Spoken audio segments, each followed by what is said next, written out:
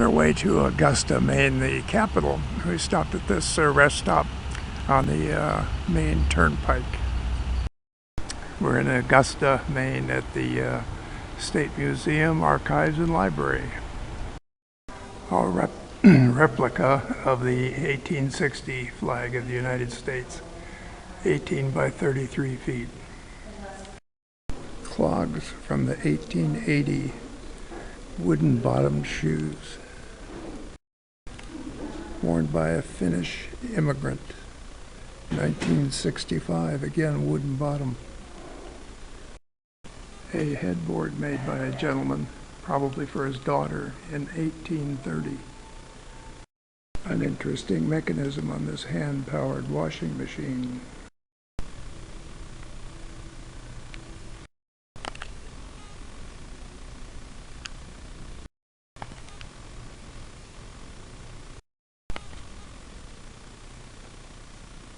A display of agricultural implements. Tractor.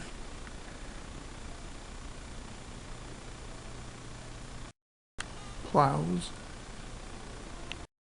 Ice harvesting equipment. During the winter, you collect the ice, put it in an ice house, and save it for use in the summer. A press to press juice out of fruit.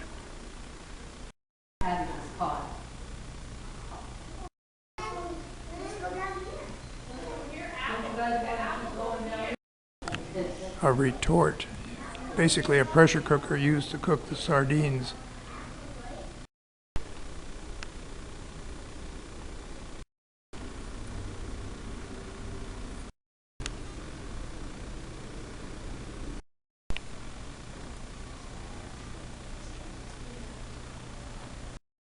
The real ship was the length of a football field. And this, I'm sure you will figure, is the Capitol building of Maine. Old Fort Western, said to be the oldest fort in the United States, maintaining or retaining its original woodwork.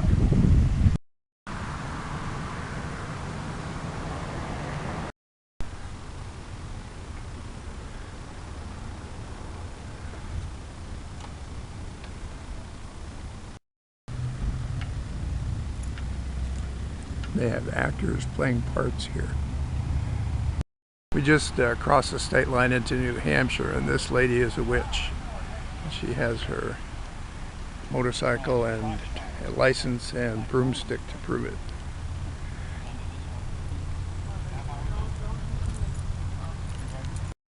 We're back in Concord, New Hampshire, backtracking home, and stopped to watch the fireworks.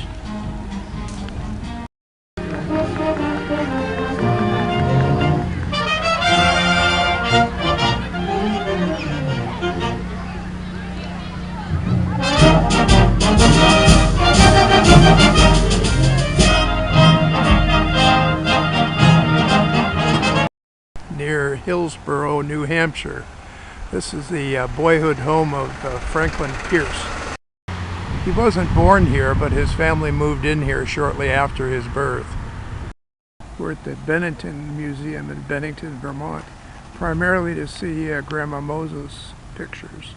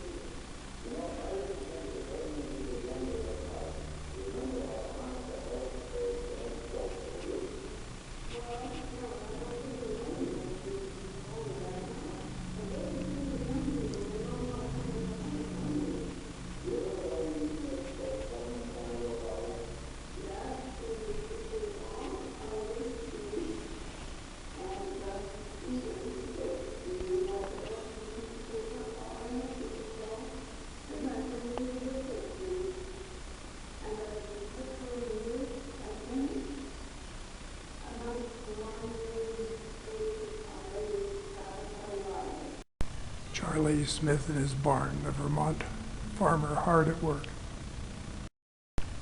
The Vermont Farmer, 1940, by Salmon Mosilicio. a family farming group in Vermont. The Bird.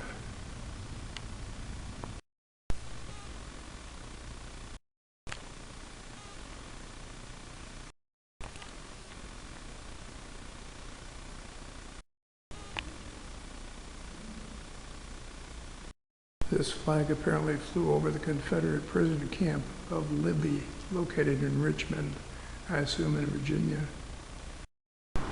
Entitled Faith, Charity, and Hope. Looks like Lincoln to me. Still in Bennington, we're at the Old First Church, considered to be one of the most beautiful in Vermont. And next to it, Vermont's oldest cemetery, established 1762. And in the graveyard we have the grave of Robert Lee Frost, his wife, and 5 children aged from 4 to 90 years. We're still at the church where a passing storm has it raining while the sun is shining. We're in Troy, New York, and the memorial stone says, "In loving memory of Uncle Sam," the name originating with Samuel Wilson. He was a meat supplier to the Army during the War of 1812, and his caricature was trademarked by him and eventually used by the United States in recruiting posters.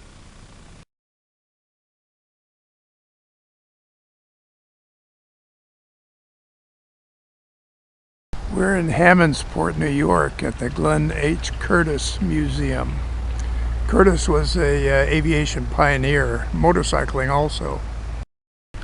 Here in July of 1908, he piloted the Junebug, making it 1 kilometer flight for the first time in history. The fastest man on Earth, 1907. And this is the bike that carried him, and yes, that's a V8 engine. The Lindberghs were first, but a lot of people were pushing them. Looking more like a boat propeller. This aircraft propeller actually worked, but there were concerns about its structural integrity. This Curtiss flying boat was purchased by Henry Ford for his secretary. She flew it regularly to her summer home on the St. Clair River near Detroit. 1931 Model A Woody station wagon. Curtiss's personal camper, effectively a small fifth-wheel trailer. This is a 1942 Buick. It was number 78 of 85 made that year. Afterwards, the plant went into war production and automobile production stopped. The restoration shop. The current project, the result of a mid-air collision in Florida in 1945. We're at Olean, New York, where we will stop at Rock City Park. We have here some huge rocks of what appears to be conglomerate, bottom of the ocean type thing. Huge boulders. I'm afraid to get near the edge. Yikes, Bigfoot. From the bottom up.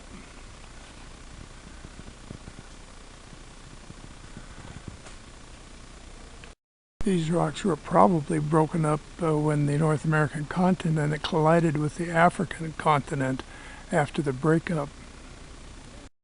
Geez, I walked under that. Glad I made it. Balancing rock, 2 million pounds. Legend says these stairs preceded the settlers' arrival made by the Native Americans. My GPS will often take me down these back roads, which you wouldn't dare take since you don't know where they go if you didn't have a good map.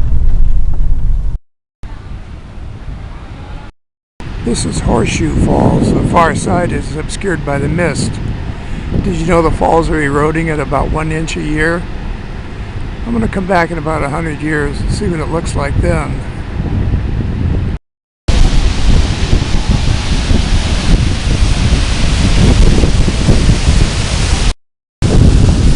Can you see the tour boat.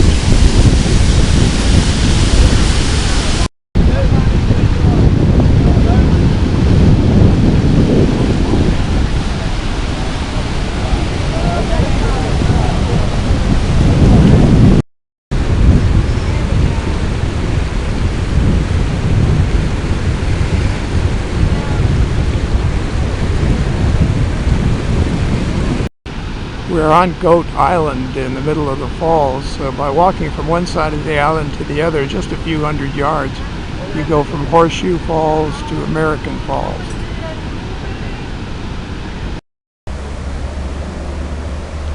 Crossing over a short pedestrian bridge, this water is destined to fall. About 30 yards later, another bridge. 30 or 40 yards takes us to the main part of the river. This would be an attraction all by itself. Along the Niagara River, on the other side it's a foreign country. And exiting Buffalo, we get a nice view of Lake Erie.